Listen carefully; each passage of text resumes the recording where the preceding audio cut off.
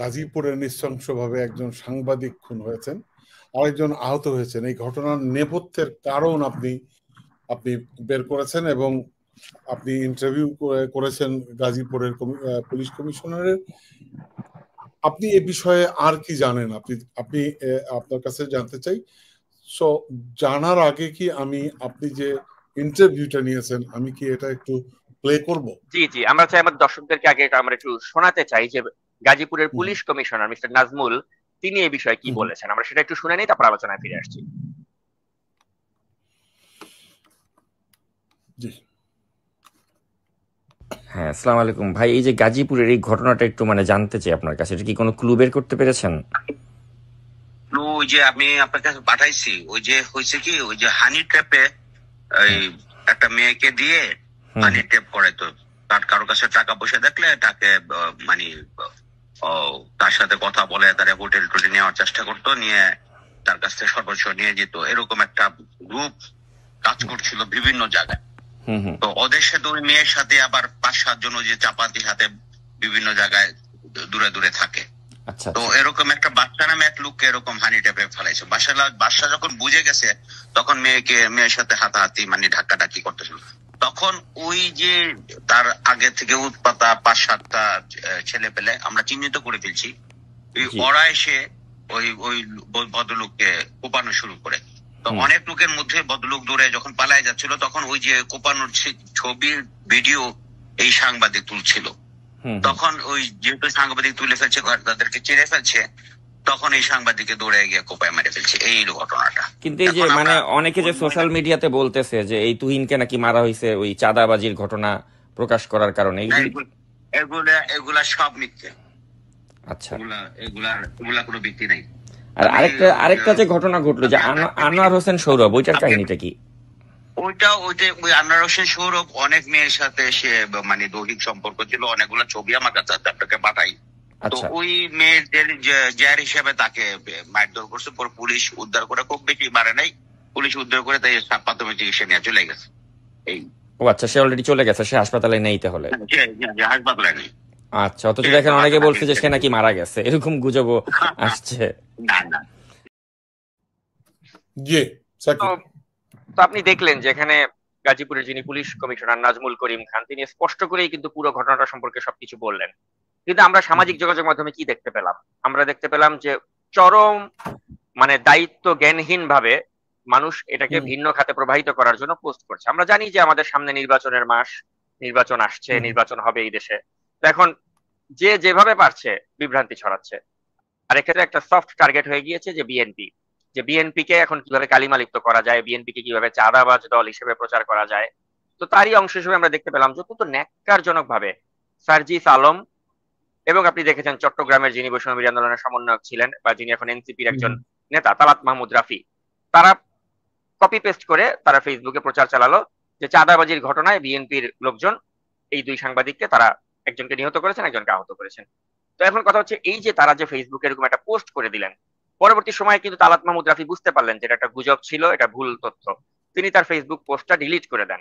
কিন্তু সার্জিস আলম তিনি কিন্তু এরকম একটা মিথ্যা তথ্য দিয়ে পোস্ট তো তিনি ডিলিট করেই নাই, তিনি জাতির কাছে যেন ক্ষমাও চান নাই যে আমি একটা ভুল তথ্য দিয়েছিলাম বা বিএনপিকে আমি এখানে শুধু শুধু মিথ্যা অপবাদ দিয়েছিলাম, তিনি বলেন নাই। তো এর মাধ্যমে কি প্রমাণ হচ্ছে যে এরা আগামীতে কি রাজনীতি করবে? তাই এখনই যারা মিথ্যার উপর ভর করে রাজনীতি করতে চায় তারা দেশ জাতিকে আগামীতে কি উপহার দিবে? আর সবচেয়ে বড় কথা, এই যে দুটো ঘটনা, এই দুটো ঘটনাকে কেন্দ্র করে এই যে মানে সোশ্যাল মিডিয়াতে যেটা মিডিয়া ট্রায়াল আমরা দেখতে পেলাম বিএনপির বিরুদ্ধে, এটা খুবই দুঃখজনক। আপনি আপনার নির্বাচনী প্রতিপক্ষের বিরুদ্ধে আপনি তথ্য দিয়ে, যুক্তি দিয়ে, প্রমাণ দিয়ে আপনি তাকে আক্রমণ করুন, ঘায়েল করুন, জনগণ সে থেকে ওয়েলকাম করবে। কিন্তু জাস্ট আপনার প্রতিপক্ষ বলে আপনি একটা মিথ্যা অপবাদ লাগিয়ে দেবেন, এটা আসলে কোনো ভালো রাজনীতির ধারা কিন্তু বহন করে না। তা আমি এজন্যই কিন্তু চেয়েছিলাম যে আমি সরাসরি যিনি গাজীপুরের পুলিশ কমিশনার, আমি তার শরণাপন্ন হবো এবং তাদের কাছ থেকে প্রকৃত সত্যটা আমি জেনে আমার দর্শকদেরকে জানাবো। সেজন্যই কিন্তু আমি ওদিন নাজমুল করিম খানকে আমি ফোন করলাম এবং তার কাছ থেকে পুরো বিষয়টা আমি জেনে আমার দর্শকদেরকে জানালাম। এর মাধ্যমে যত আমাদের কনফিউশন ছিল এই বিষয়টা নিয়ে বা যাদের মনে তখনও সন্দেহ ছিল যে আসলে প্রকৃত সত্যটা কি, এটা কিন্তু দূরীভূত হয়ে গেল। তো এখন মূল বিষয়টা তাহলে কি দাঁড়াচ্ছে? মূল বিষয়টা দাঁড়াচ্ছে যে গাজীপুরের এখানে আপনার প্রথমে যে ঘটনাটা ঘটেছিল, এই যে জন্য আনোয়ার নামে একটা সো কল্ড একটা যে সাংবাদিক যাকে বলা হচ্ছে, এই লোকটি আসলে কিন্তু প্রকৃতপক্ষে কোনো সাংবাদিক নয়, সে একটা স্থানীয় একটা ভুইফোর পত্রিকা বা পোর্টালের সে তথাকথিত সাংবাদিক, কিন্তু সাংবাদিকতা পেশার আড়ালে এই ব্যক্তি মূলত অন্যের স্ত্রীদেরকে ভাগিয়ে নিয়ে যায়। সে বিভিন্ন মেয়ে মানুষকে তিনি তার সাথে পরক্রিয়া করে, পরক্রিয়া সম্পর্কে জড়িয়ে তাদের সাথে ছবি তোলে, ভিডিও তোলে, তারপর তাদেরকে ব্ল্যাকমেইল করে। তো পুরো এলাকাতে কিন্তু এই আনোয়ারের বিরুদ্ধে ব্যাপক অভিযোগ রয়েছে। এবং আমি গাজীপুরে আমার যারা সোর্স রয়েছে বা স্থানীয় বিভিন্ন সাংবাদিক রয়েছেন, তাদের সাথে আমি যখন কথাবার্তা বলেছি, তারাও আমাকে যেটা জানালেন যে আসলে এই আনোয়ারের মতো জঘন্য ব্যক্তি ওখানে খুব কমই আছে। অত্যন্ত জঘন্য, সে নারীদেরকে বিভিন্ন ট্র্যাপে ফেলে তাদের সাথে শারীরিক সম্পর্ক করে, এবং এ নিয়ে প্রচুর নারীদের মানে যারা হাজবেন্ড তারা বিরক্ত, তারা তাকে মানে এজন্য শাস্তি দেওয়ার জন্য তারা উদ্যোগ গ্রহণ করছিলেন। তারা প্রশাসনের দ্বারস্থ হয়েছিলেন, কিছু করতে পারেননি। পরবর্তীতে অনেকগুলো তার যারা প্রতিপক্ষ তৈরি হয়েছিল, মানে যেসব নারীদের সাথে সে সম্পর্ক করেছে, তাদের হাজবেন্ড বা বয়ফ্রেন্ড, তারা একত্র হয়েই কিন্তু তাকে এভাবে ধোলাই দিয়েছে। তো অবশ্যই আমরা কখনো কোনো এই মব জাস্টিস যেটাকে বলা হয়, আমরা এই মব ভায়োলেন্সের পক্ষে নই। তো এই যে আনোয়ারকে যেভাবে ইট দিয়ে বাড়ি মেরে থেতলে দেওয়া হয়েছে, আমি এটার অবশ্যই নিন্দা জানাই। কিন্তু এটাও বুঝতে হবে যে আনোয়ার যে কাজটা করেছে, সে যে এত নারীর সাথে যে সে এই উল্টাপাল্টা কার্যক্রম করেছে, এ কারণে মানে যারা ক্ষুব্ধ মানুষজন ছিল তারা তাকে এইভাবে প্রহার করেছে। তো এখন এটাকে যারা বলছে এটা চাঁদাবাজির ঘটনা ফাঁস করার কারণে বা চাঁদাবাজি রিলেটেড ঘটনা, এটা মানুষজন না জেনেই প্রকাশ করেছে। তারপরে অনেকে এরকমও গুজব ছেড়েছিল যে আনোয়ারকে হয়তো মেরেই ফেলেছে, মানে ভিডিও আপলোড করে ফুটেজ দিয়ে বলা হচ্ছে তাকে মেরেই ফেলা হয়েছে। কিন্তু পরে দেখা গেল যে তাকে ওই হাসপাতালে নেওয়ার পরে ফার্স্ট এইড ট্রিটমেন্ট দিয়ে তাকে ছেড়ে দিয়েছে, অর্থাৎ তার অবস্থা কোনো গুরুতর ছিল না, সামান্য আহত সে হয়েছে, তারপর তাকে ফার্স্ট এইড ট্রিটমেন্ট দিয়ে সাথে সাথে হাসপাতাল থেকে তাকে রিলিজ করে দেওয়া হয়। তো এটা হচ্ছে আনোয়ারের এই ঘটনাটা। আর এরপরে যে ঘটনাটা ঘটে সেটা আপনি জানেন, যে একজন ব্যক্তিকে যে নির্মম ভাবে তাকে যে জবাই করে হত্যা করা হলো। তো এখন এই যে জবাই করে হত্যা করা হলো তুহিন, সে একটা মানে সাংবাদিক, এবং সে ওই গাজীপুরের একজন মোটামুটি ওই এলাকার সকলেই তাকে চেনে, একজন সাংবাদিক। কিন্তু এখানে কোনো চাঁদাবাজির ঘটনা নিয়ে রিপোর্ট করার কারণে কিন্তু তাকে আক্রমণ করা হয়নি। তিনি ওই সময় ওই একটা মার্কেটের ভেতরে একটা হানি ট্র্যাপের একটা ফাঁদ পাতা হচ্ছিল, এবং ওই ঘটনাটাকে তিনি তার মোবাইল ফোনে ধারণ করছিলেন। তো যারা ওই মানে অস্ত্রশস্ত্র হাতে নিয়ে একজন লোককে মারতে উদ্যত হয়েছিল, তারা যখন দেখলো যে এখানে তুহিন পাশ থেকে তিনি ভিডিও করছেন, তো তারা ধরা পড়ে যাওয়ার ভয়েই কিন্তু পরবর্তীতে তুহিনকে পার্শ্ববর্তী একটা চায়ের দোকানে গিয়ে আবিষ্কার করলো যে সেখানে সে চা খাচ্ছে। ওই অবস্থায় গিয়ে তারা অতর্কিত হামলা চালায় তুহিনের উপর, এবং ওখানেই তাকে তারা একদম হত্যা করে, প্রকাশ্যে মানুষের সামনে হত্যা করে ফেলে। তো এখন সিসিটিভি ফুটেজ ধরে এবং যারা যারা ওই কর্মের সাথে জড়িত ছিল, এই অপকর্মের সাথে, প্রত্যেককে আইডেন্টিফাই করা হয়েছে এবং প্রত্যেকে কিন্তু বর্তমানে গ্রেপ্তার হয়েছে। প্রত্যেকটা ব্যক্তিকে কিন্তু ঘটনার সাথে অভিযুক্তদের গ্রেপ্তার করা হয়েছে, এবং এখানে কাউকেই কিন্তু বলতে শোনা যায়নি যে এখানে কোনো চাঁদাবাজির ঘটনা ঘটেছে বা এখানে বিএনপি কোনো সংশ্লিষ্টতা ছিল। পুরো ঘটনাটাই ছিল যে তাদের ওই অপকর্মটি তুহিন তার মোবাইল ক্যামেরায় ধারণ করে ফেলেছিল, এবং এই কারণেই তুহিনকে প্রাণ দিতে হয়েছে। তো এই হলো এই দুটো ঘটনার মূল কাহিনী। কিন্তু এই মূল কাহিনীর সত্য মিথ্যা যাচাই না করে এই যে সামাজিক যোগাযোগ মাধ্যমে যেটা মিডিয়া ট্রায়াল করা হলো, এর মাধ্যমে একটা বিষয় প্রমাণিত হচ্ছে যে আগামী দিনগুলোতেও কিন্তু আমরা এ ধরনের মিডিয়া ট্রায়াল দেখতে পাবো।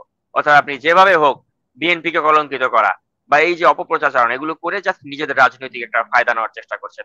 তাই মনে করি যে জামায়াত ইসলামী হোক বা এনসিপি হোক, যারা এই ধরনের কাজকর্মগুলো করছেন বা সামাজিক যোগাযোগ মাধ্যমে আপনাদের স্ট্রং একটা অবস্থান আছে বলে এটাকে পুঁজি করে যা ইচ্ছা তাই গুজব রটিয়ে দিচ্ছেন, এটা আসলে আমি মনে করি যে কোনো দায়িত্বশীল আচরণ নয়।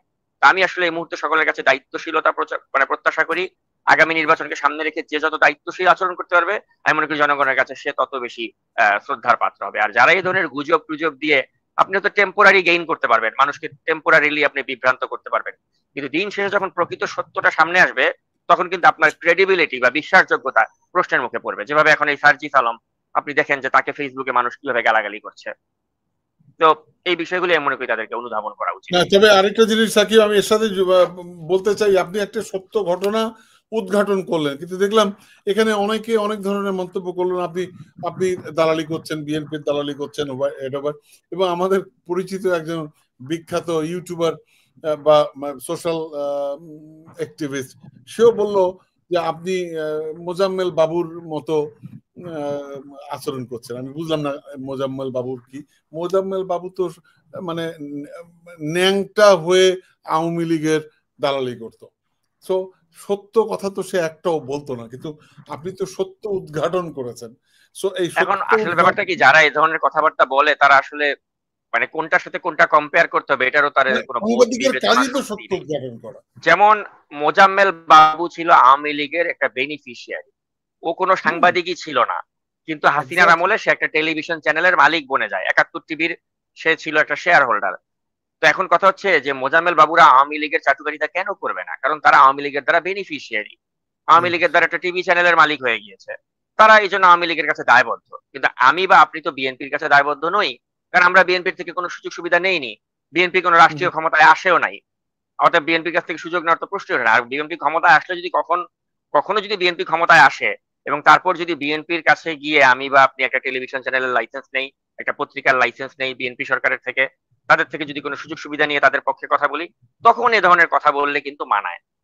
কিন্তু যেখানে আমি আর আপনি অন রেকর্ড বারেবার বলি যে আমরা কোনো দলের কাছে আমাদের মাথা বিক্রি করি নাই, কখনো করবও না, কোনো দলের থেকে কখনো সুযোগ সুবিধা নেই নাই, কখনো নিবও না, এইভাবে অন রেকর্ড লাইভে যখন বলি, তারপরেও যখন কেউ বলে যে আমরা বিএনপির টাকা খাই বা বিএনপির পক্ষে ওকালতি করছি, আসলে এটা তারা না জেনে না বুঝে বলছেন।